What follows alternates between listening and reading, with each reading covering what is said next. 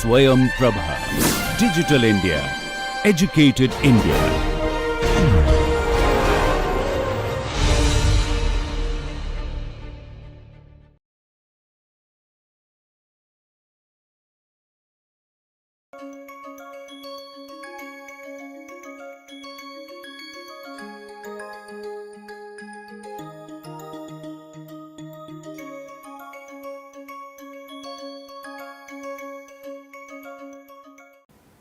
Namaste.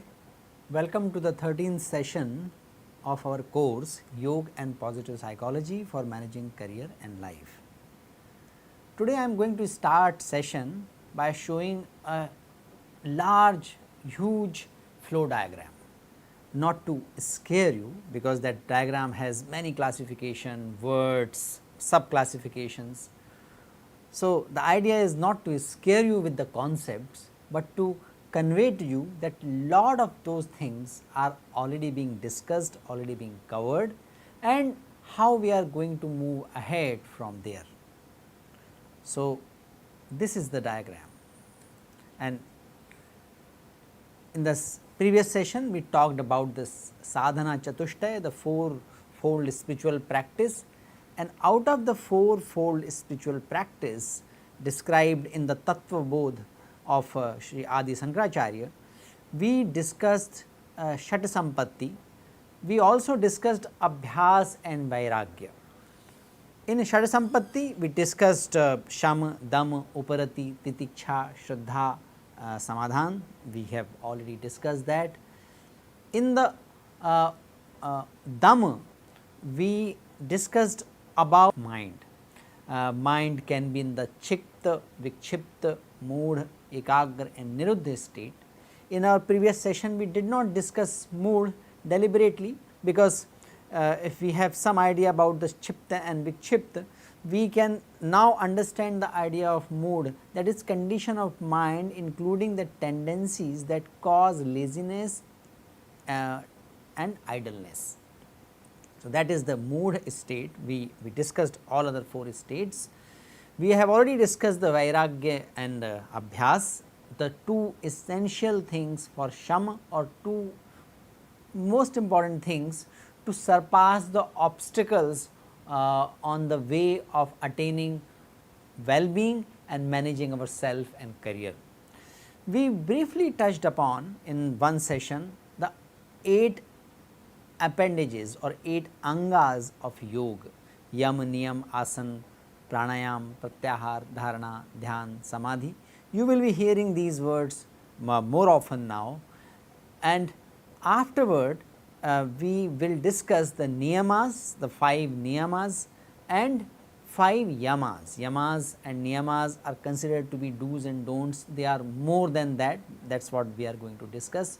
And this excellent flow diagram is taken from this website. You can have a look at that website.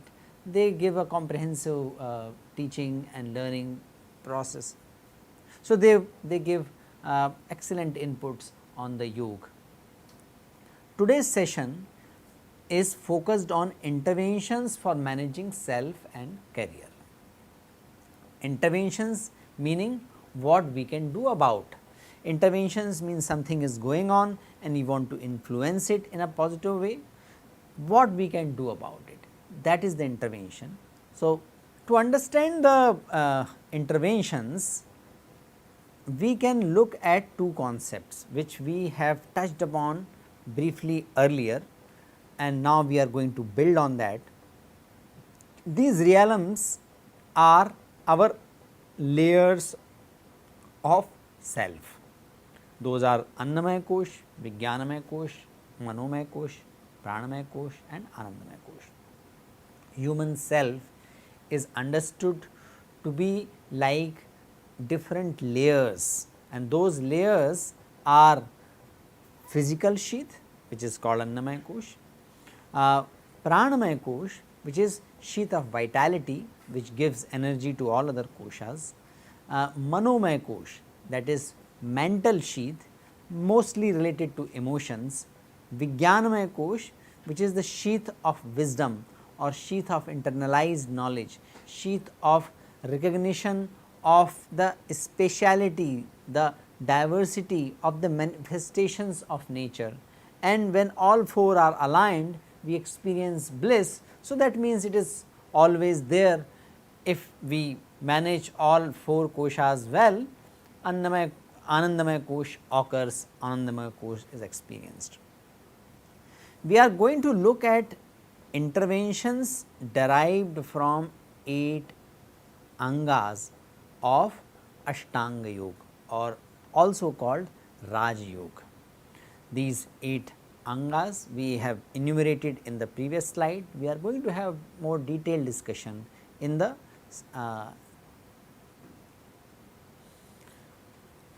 modern times.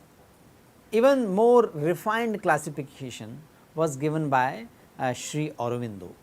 So, Sri Aurobindo explained the human existence or consciousness per se at 5 levels. Satchidanand, supramental, that supramental is reflected in the common human being in the form of mental, vital and physical. So, physical aspect of self is physical consciousness, physical body. Physical body is largely subconscious or sometime unconscious. Most of the time we are unconscious, most of the time it works in a programmatic way. So, in that way it is, we are unconscious of what is happening in the liver or kidney or most of the organs. We get general experience of how we feel through our neurotransmitters and neurocells, and physical consciousness. So, physical consciousness is more mechanical and repetitive in character, it is limited to body needs. Then comes the vital aspects. In the vital aspects there are emotional vital, central vital and lower vital. These are correlated with the pranamaya kosh and manomaya kosh. So, emotional vital, as the name suggests, it is about certain emotions, love, joy, sorrow, hatred and the whole gamut of emotions. There is a central vital. The central vital includes stronger vital longings and reaction such as ambition, pride, fear, of love for fame, attraction, repulsions, desires, passions for various kinds. So, these are the drivers of other vital, that is why it is called central vital. And then there are lower vitals which occupied with the small desires and feelings such as desire for food, desire for sex, small likings and disliking, small quarrels, love, praise, anger at blame, etc. So, we can understand that our personality can be expressed in the form of physical as well as vital. We can also look at from this diagram that where our consciousness most of the time harbors. Are we predominantly driven by central vital, or our individual consciousness is predominantly occupied in the lower vital or emotional vital? Beyond the vital level, Sri Aurobindo say is the state which is called mental. This also has 3 sub states. These are thinking mind, dynamic mind and externalizing mind. Thinking mind is concerned with ideas and knowledge. That is where the reasoning and perception take place. So, this is about the ideas related to infinity, eternity, unity, identity, self contradictions, and this considers and find out the value of things. So, this mind is a discretionary mind. That is where the predominantly intellect works, and the job of intellect is to assign value, to find out value of things. Dynamic mind is concerned with putting out of the mental forces for realization of the ideas. So, dynamic mind directs the vital and physical for action. An externalizing mind is more advanced form of dynamic mind, which is concerned with expression of ideas and knowledge and mental forces in life by more sophisticated actions. So, your planning, organizing, directing, interacting with people, building plans, envisioning, these all are the functions of externalizing mind that is primarily responsible for creating something out in the world. Preparation at the physical level is required by all of us. Similarly, we can nurture and manage the vital aspect.